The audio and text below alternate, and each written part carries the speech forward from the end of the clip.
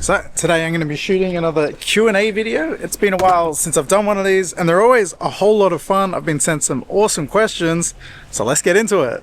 So first up, we'll start off with a really fun one. So the question is, my wife and I are serious about retiring in Thailand.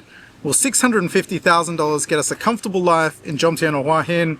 Renting, not buying. Now, first looking at this, like I'm first thinking about it, you're like, oh, $650,000, that's a hell of a lot of money. You should be fine. But if I do some quick basic maths on this, so 650,000 divided by, let's say you live off, the two of you live off $4,000 a month. You could probably spend much less, it depends on your lifestyle, but on average of $4,000 a month, that is 162 months, which is only 13 years. So it's crazy to think how quickly you can actually go through this money. Now, if you were smart with the money, and speak to a financial advisor, not me, but if you're smart with the money and you invested it well and you were able to put it into something like Vanguard or something like that where you would earn 10% interest on that, or even more ideally, more interest on that every single year, you could pretty much almost live off the interest and just dip into the savings when you needed to. If I was going to approach it, this would be how I would do it: invest the money and then try and dip into that as little as possible. Being older and retiring, there are things you need to factor in, like medical expenses. You'll probably need to see the doctor at some stage. That's not cheap here. I don't know what's covered by insurance, but these are the kind of things that you need to think outside of the box and be mindful of. Also, things people never take into account when making budgets and things like that is, if you want to do a trip home at any stage, that costs money. Every few years you need to update your phone or your computer or something like that. These things are quite an expensive, dollar amount to drop when you need to buy these things. And I think when most people do their budget of what they're going to spend every month, they neglect these things. My short answer to that is yes, that is likely enough money to be able to live here and see out your days. I don't really know how to put that nicely, but I think that is enough if you're careful with the money and you're not just solely relying on that savings and just pulling out directly from that.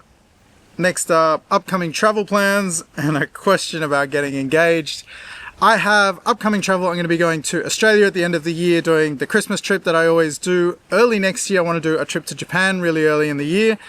But that's all I sort of have planned for the near future. Going into next year, I plan to do quite a bit as well. It's just crazy how fast time goes for me these days. This year has just flown by. Now, on the whole getting engaged thing, I wasn't actually going to answer this, but just to touch on, I want to share my feelings on this topic because I see people sort of glorifying this and making YouTube videos about getting engaged, and it really doesn't sit well with me. That's a special moment, and I don't like that people monetize that, and I don't like that.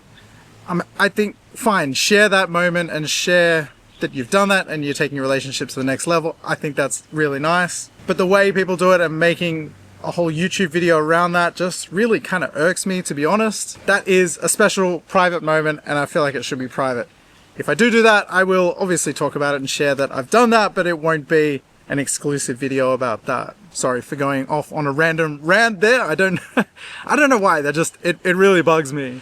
I knew this one was going to come. Would you ever consider moving back to South Korea? And this is a really interesting one.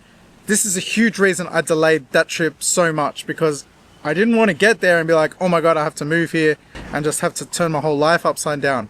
I have a great life here. I'm very happy here and I don't want to have to change everything. Now, when I was in Korea, I went through the full range of emotions. When I went there, I was happy to be back, but it wasn't as exciting as I thought it was going to be. It actually felt really normal to be there. I thought I'd be out traveling and going places and partying and going out and having fun, but I just sort of slipped back into my routine of when I lived there. I was happy just chilling at home, just seeing my friends and not really doing anything that out of the ordinary. There was quite a few nights where I was happy to just chill at home and watch a movie and do nothing really. Now, what I realized when I first got there was I didn't miss it all that much. I missed my friends and that's about it. I didn't necessarily miss the place. When I was there, I missed home. I missed here. I missed my girlfriend. I missed the cat. I missed my home life, my neighbors. And I really came to appreciate the life that I have here and everything that I've built over the last few years. Now, I said I had the full range of emotions.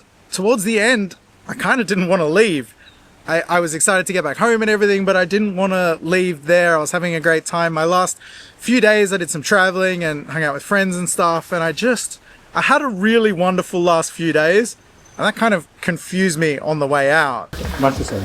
이거는 13,000원이에요? 아, 네네. 좀 많이 드렸어요. 너무 먹어요. 아, 예. 많이 드렸어요. 네, 감사합니다. Wow. Now, to finally answer your question, I don't necessarily want to move there now. Maybe someday in the future. I'm fine. I've realized where I live isn't really important. It's who I have around me and the lifestyle that I have that is important to me. Now, I just want to take a quick second to thank the sponsor of today's video and my last few trips, and that is Level 8 Suitcases. Level 8 is an amazing brand. I've been using their suitcases for a couple of years now, and I'm just always blown away with the quality of their products. I have the large full-size check luggage. I also have a carry-on luggage. And not only is the build quality really good, they feel really solid and safe. The wheels, I don't know what wheels and bearings the combination is that they have on these suitcases, but they're incredible. I honestly want them in my skateboard, and it's such a ridiculous thing, but you really notice this. Wheeling them through the airport is just so nice. Something I really like about the check luggage is the design of the handle. It's really wide, meaning it doesn't come down through the middle of your suitcase, and you actually get more storage space inside the suitcase, which is great, especially if you're traveling in winter or something and you've got big jackets and things to shove in there. These suitcases are unbelievably spacious. Now, I have a discount code that you can use for 10% off. You can click the link down in the description or scan the QR code here. We'll take you directly to the site, but be sure to check out Level 8 Suitcases. As I said, the quality of these is just amazing. Couple questions about the DTV, Digital Nomad Visa. Do you need an onward flight when coming back? And there was a question about like re-entry. You don't need anything. You can just come and go as often as you like. You don't need an onward flight. You don't need to apply for re-entry or whatever. These days, it's all digital. You just hand me your passport. They don't even really... They'll look through your passport to look for the sticker or whatever, but it comes up on a screen, so they have all your information. I was just stamped through super quickly on this trip. This visa is ridiculously good. Thailand went from being a nightmare with visas to just having one of the best visas that you can get in the whole world. It's amazing. Alright, fun one for me. How big is the drift and motorsports scene in Thailand? It is huge. Thailand possibly has one of the biggest automotive scenes in the world, maybe with the exception of Japan, but the diversity of events and things you have here, Thailand is like nowhere else in the world. I think a lot of this comes down to safety regulations. This is why you can go watch a rocket festival where people seem to die every year. You can watch lawnmower drag racing, tractor drag racing. They race fucking everything here. It's amazing. And this is honestly one of the parts about living in Thailand that I love the most. Now, the drift scene is great here. It's very active. There's events on all the time. There are tracks that you can go to pretty much any day of the week. And this is something that I will be participating in quite soon.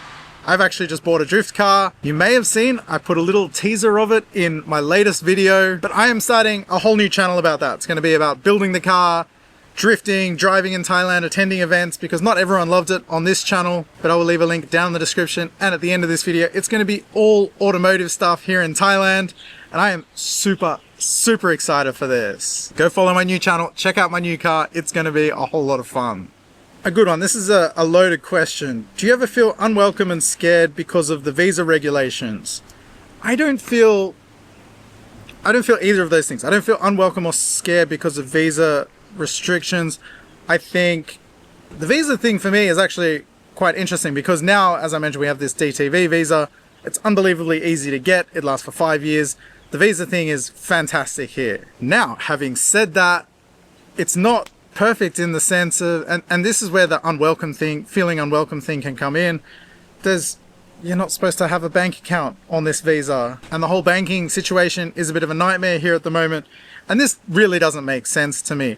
Why can't you have a bank here if you got a visa to live here for 5 years? This is how I pay my rent. All my bills gets paid through that. I top up my phone bill.